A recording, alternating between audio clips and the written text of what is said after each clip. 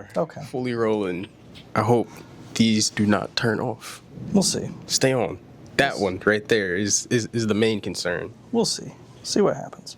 Oh, yeah. For anybody watching this, and you're staring at this stain on my shirt, my eyes are up here. It's not my fault that I'm a child and can't dress myself.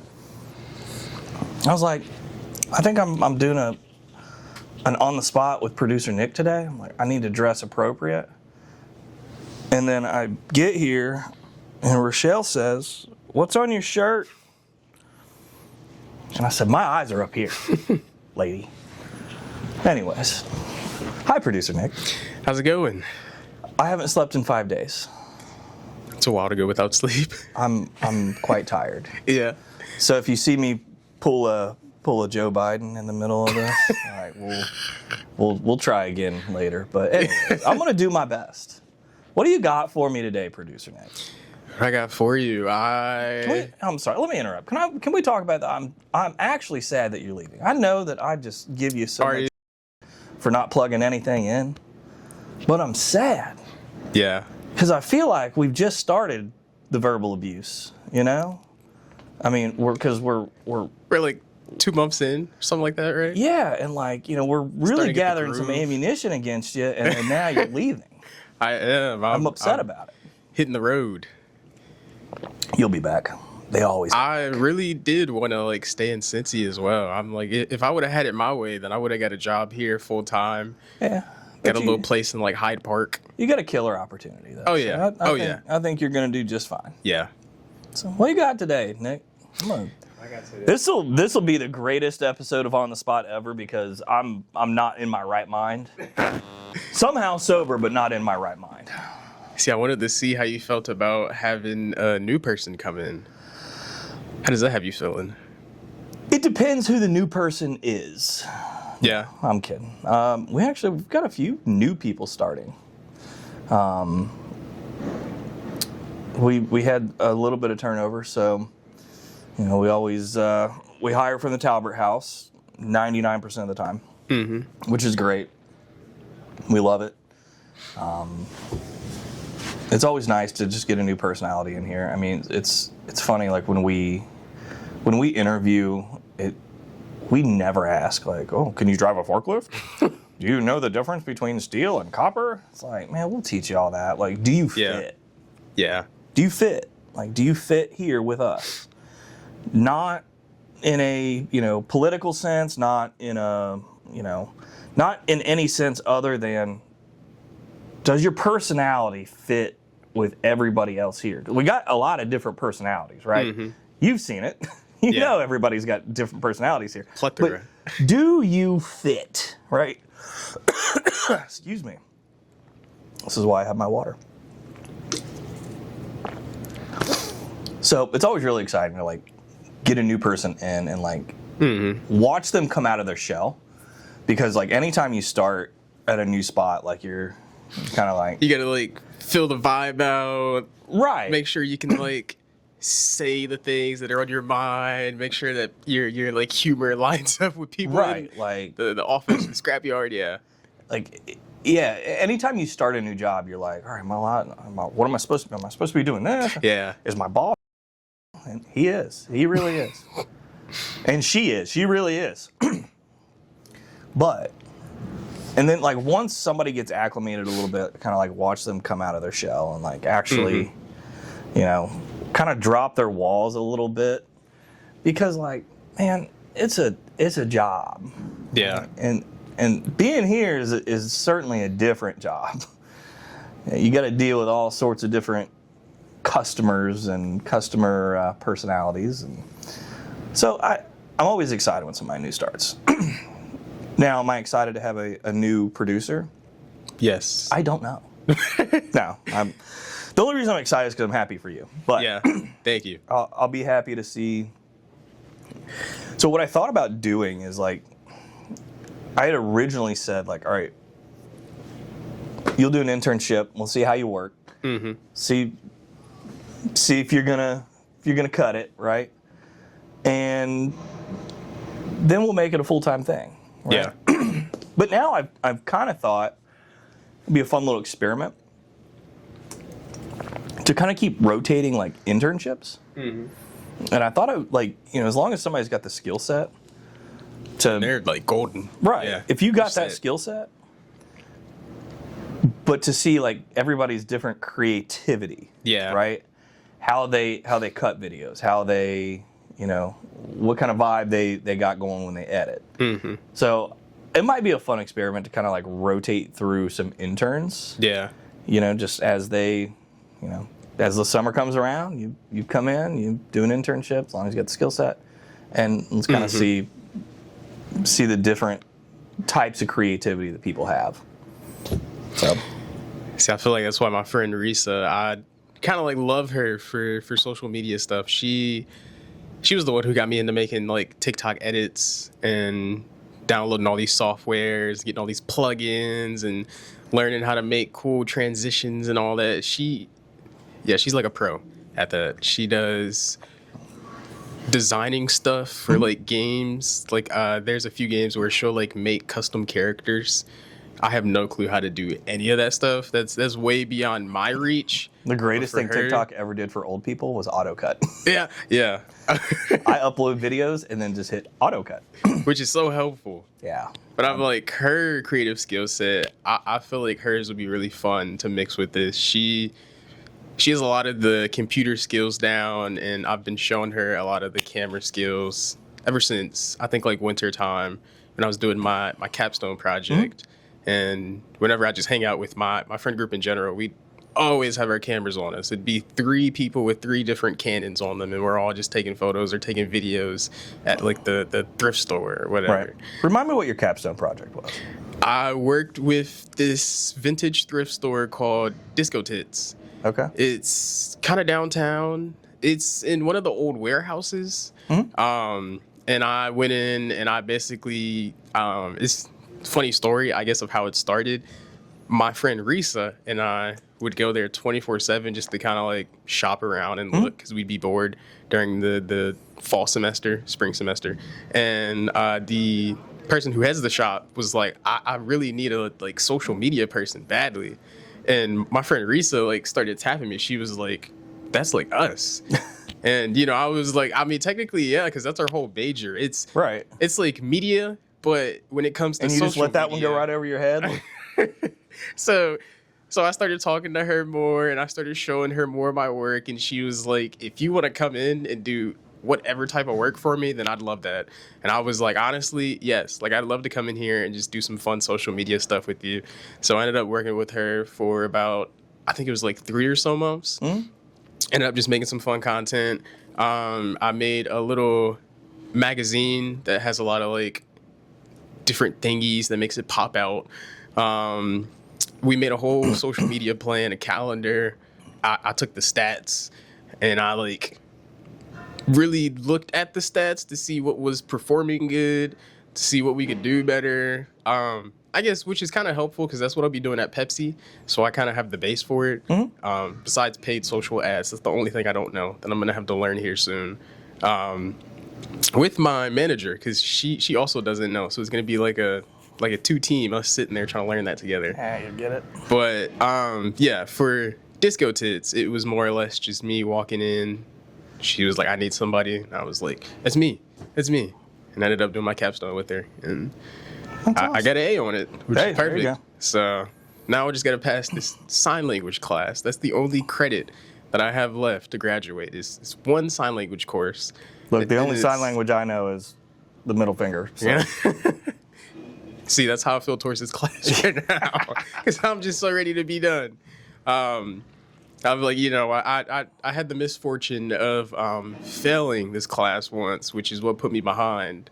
So, but hey, I'm like, it put me behind. I'm here for the summertime. I got to work here, so things have worked out. There's good in everything. Yeah. I feel like if I could give advice to any company that like is hiring a social media like content creator, like content management, whatever, is do not stick them in a box. Yeah. Like I have a little bit of control issues when it comes to like here because everything's my baby here. And when I was like, all right, I'm hiring a social media manager, and I'm not sticking them in a box.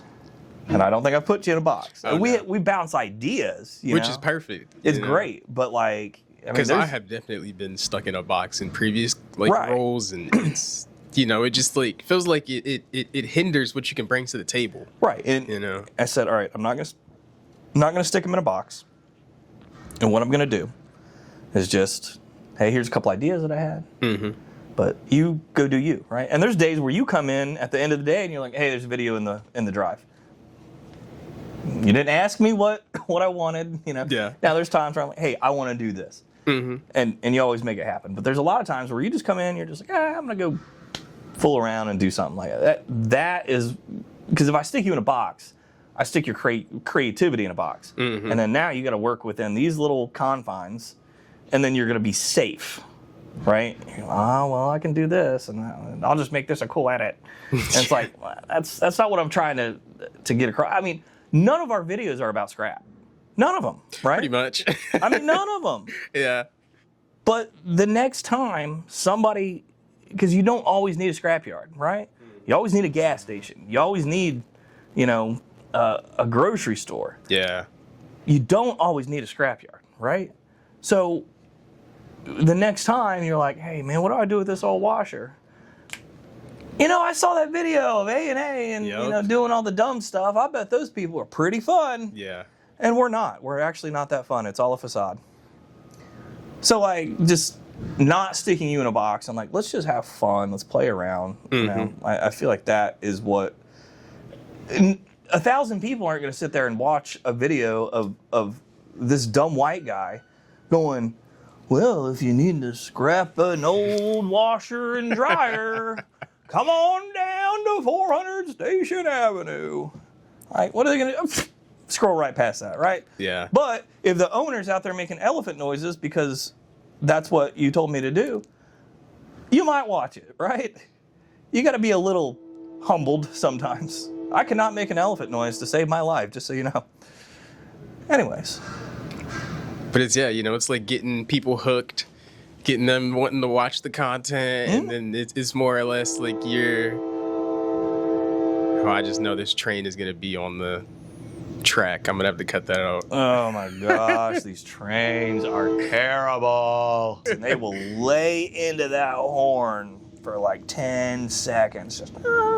See, I could hear them from my old house, but it was kind of distant, and it'd be at like 2, 3 in the morning because I used to be a bad night owl. And I would just kind of sit up, and sometimes I'd be outside just listening to them go by. But it's way different when it's like the people that live on these streets, I have no clue how they do it. Because I'm sure that these trains probably run at like midnight as well. I couldn't do it. See, I'd lose my mind. Yeah, see, the train track by my house is so you can kind of hear it. Right? Yeah. But it doesn't like disturb you. To which I'm like, those ones, I don't mind because I'm like, oh, it's a train. You hear the horn, and it's like, okay, cool. When it's like right here, you're like, oh, this is something else. It's invasive. Yeah. It's like lantern flies. There's been a lot of lantern flies out and about. Awful. When I went up to Sandusky, those one bugs that they come out from the water and they live for a day.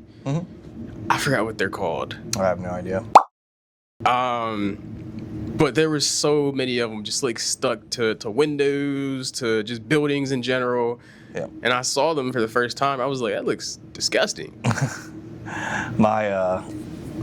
We were out last night and we had a bunch of like sparrows. I mean, just swarming our yard. And my oldest daughter's like, why are all these birds here? I'm like, they're eating the getting bugs. their dinner. Yeah, they're getting dinner. They're having a feast right now. There's so many bugs in my backyard. They were at terrible. Golden Corral buffet. Yeah. Oh my Gotta get my next water going. What else you got, Nick? What else do you bring to the table today? I wanted to ask you, because I know we covered childhood on this before. Yeah. I guess like all the trauma. Like more career things. So I know that you were a cop previously, and I guess just like leading up to this, and was there something that I guess were you fully convinced about coming into this type of work, or was there something else that was also like, well, maybe I could go do this instead, or It was an accident. was it? Nobody ever gets into scrap on purpose. Yeah. You really don't. So, ever since I was 7, 8, I want to be a cop. That's what I want to do. And that never left me. I'm like, Yeah. I want to be a cop. I want to be a cop. I mean, all through school, I want to be a cop. I want to be a cop. I'm like, I literally graduated high school, and like while I was going into college, like I went and worked security. Mm-hmm. I mean, the second I was 18 and could work security, I went and worked security. And then I went and worked loss prevention. So like plain clothes, like, you know, plain clothes security essentially. Mm-hmm. And it was, you have to be 21 or 20 and a half when you start the academy. The reason you have to be 20 and a half is because you have to be 21 when you get the firearms Makes start. sense. So literally I was just at the mark where I'm like, I can start the academy. Mm-hmm. So went through the police academy. Went through in 08. So 08 was a really, 08038 was my academy number. Okay. Really, really tough time in the economy. Nobody's hiring. Like, nobody. And so it was like, I worked part-time at like Harveysburg, which is like, you know where the Renaissance Fair is? Yes. Okay, that's Harveysburg. Yeah. It's town this big.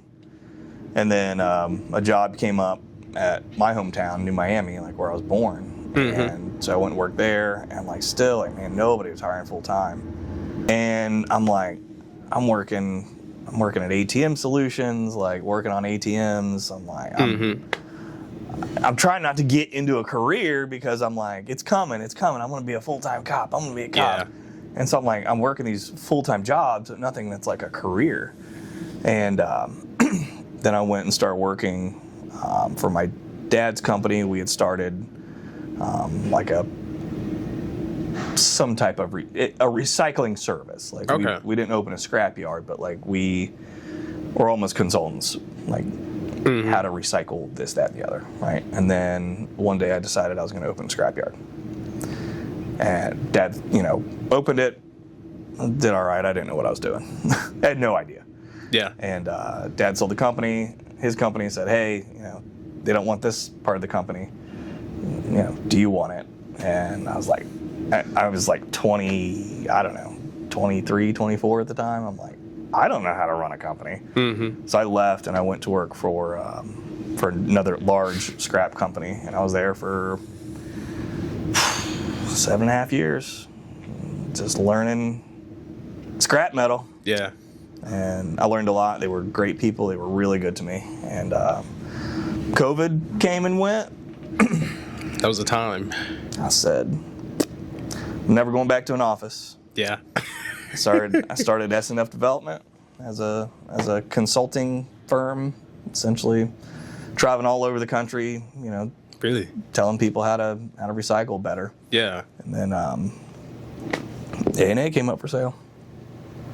And I was at the right place at the right time. I was actually, when I got the phone call that this place was going to be for sale, I was actually at another small scrapyard that I was looking at buying. Mm. And I looked at the P&L of both, and I was like, well, old Dougie's done pretty good, man. All I got to do is take the wheel. Mm-hmm. Doug had it set up. I did nothing here to other than the improvements that we've made, other than like me kind of making my vision and growing the company. I mean, Doug did it well. He found a niche, and he did really, really well here. So it was just a no-brainer. And that leads us to today. Me sitting here with producer Nick. Yeah. Doing possibly the last. Actually, you know what? We're gonna do one more on the spot before you leave. Okay. Perfect. It's gonna be me and you, buddy. Yeah. Me and you sitting down, and we're gonna dig into all of it. You're gonna need a therapist by the time we're done. See, I need one anyways, so it'll be perfect timing.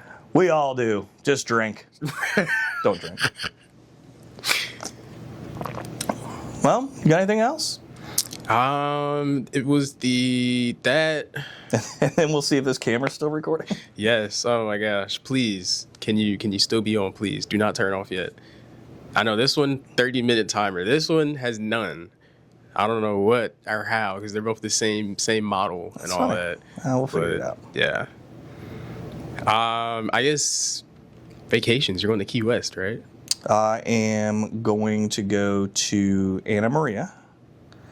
From Anna Maria to Daytona. And then I've got a little weekend where I think I can fit Key West in. Okay. And I'm like, maybe I'll take my babies with me and we won't leave the resort. Yeah. So we'll see. Sounds kind of We'll nice. see what happens. I don't know. Have you ever left the country? I've been to Mexico once. Yeah. When I was a kid. How was that? I was like 8 or 9, I think. Like we were at a resort. It was great. I don't remember much of it. And then I illegally went to Canada. Not a lot of people border jumping into Canada, you know. I was on Lake Erie, and if you have ever looked at a map of Lake Erie, Canada owns a good portion of that. And when you're out on that lake, you need a map with you. So we had our GPS, right? And I got a little distracted at where I was headed and wasn't really looking at the map. And before I knew it, I was probably a mile, half mile into Canada, which I'm sure it happens all the time. Yeah. But I was like, ugh, better get back. So I had to kind of turn and hightail it south. But that's it. Other than that, I've never been to another country. Ever. See, I've really wanted to just like travel around and leave recently. I think, I might end up staying at home for like a year or so, save up a bunch, just go and travel around a lot. I got a few friends who ended up leaving the state for different job things or just college in general. Some of my like best friends. I was mad when they happy that they were doing things for themselves, but I was like, why are you leaving me? So I got a couple that I want to go and visit. I have one in Georgia that I really want to go see here soon, and I'm trying to convince him to leave the country with me as well. So hey, man, that's like my best friend. I've known him since like high school. He tried convincing us to become or doing like photo stuff in like wars at one point in time. He was dead set on that. Yeah, keep me out of that. So I was sitting there. I'm shooting anything. It's an AR-15. I'm sorry. So, I was like, I know, like that's not for me. I don't want to be in that little press jacket and they're like, oh, what's the press? Shoot him. Right. No. It's fake news. Hit him. Literally. But I'm like, I'm ready to go see him and just travel around in general. I feel like I've been kind of stuck here. But you're young. Like you gotta get the college thing out of the way. If you're gonna do the college thing, get the college thing done, and then go to work, save as much money as you can, and then if you're single, no kids, man, bounce. I want to go to Germany at some point during Oktoberfest. I think that would be a lot of fun. Yeah, I know that's huge there. Other than that, man, I really have no desire to like travel the world. Call me arrogant, but there's still so much of the U.S. that I've never visited. Which I'm like, the U.S. is huge. Like, huge. It takes hours to travel around just certain states in general. Yeah. Like, I want to visit, a bunch of national parks. Like, I got my national park passport. Do you? So I just want to start stamping them, man. Did you see the video of it was some grandpa? The guy getting slung by the bison? Yes. Yeah, that's why you don't get close to those things. They are mean.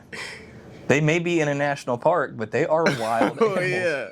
See, I saw that last night for the first time. I'm sitting there watching that. It's like 2 a.m. I'm like, oh! Yeah. I just start screaming at my phone. Yeah, his crazy. His bull riding career is over. Okay. Well, you ready to get out of here, Nick? Oh yeah. I've got to go visit a customer. Sounds fun. Been doing a lot of customer visits lately because I just feel like it. Yeah. So I got to go look at some scrap. And I got to get that star on my license. Go get that star on your fly. license. So Seattle here soon. Yeah. Seattle? Yeah. Go to the fish Seattle with market. my mom. She's going for work, so I'm just gonna tag along. I'm gonna go with my dad. I would say go to the fish market. Have you ever been to Seattle? No, Okay. first time. Go to the fish market. Okay. One of the coolest places in Seattle, okay? How long are you going to be there? I think 5 or 6 days. Go to Mount Rainier. Rent a car. Drive, That was something that my drive mom to brought Mount up. Rainier. Yeah. Make the drive. Okay. It is one of the coolest things on the planet. Is it? And I'd never seen a mountain before. So I'm like... See, I'm the same way. I haven't seen like one that's just like in the distant. I've seen the Ever. Smoky Mountains. I'm with my dad, and I'm like, is that it? He's laughing. No, you'll know. Yeah. You'll know. You'll know. And I keep like, that one. He's like, no, you'll know. And we come around this bend, and that mountain takes up the entire sky. Jesus. I mean, like, my eyes popped out of my head. It was like, Oh, yeah. holy cow. Yeah. Go to the fish market. Go to Mount Rainier if you can. Mm-hmm. Eat the sushi. Eat all the sushi. And you know, I love sushi. Oh my gosh, it's the best sushi on the... It doesn't matter where you go there. Just go get sushi. It's the best sushi on the planet. And I'm like, you know, I'll probably get me a little, like, genuine film camera with, like, the roll that you gotta do yourself. I might try getting back into that. When are you just going?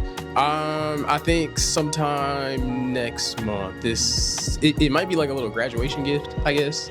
Are you still going to be working here? Maybe. Well, if you are, Oh, yeah. there's $3,000 worth of cinema equipment right there. Yeah. So, yeah. All right, well, let's roll. I'm going to go see a customer.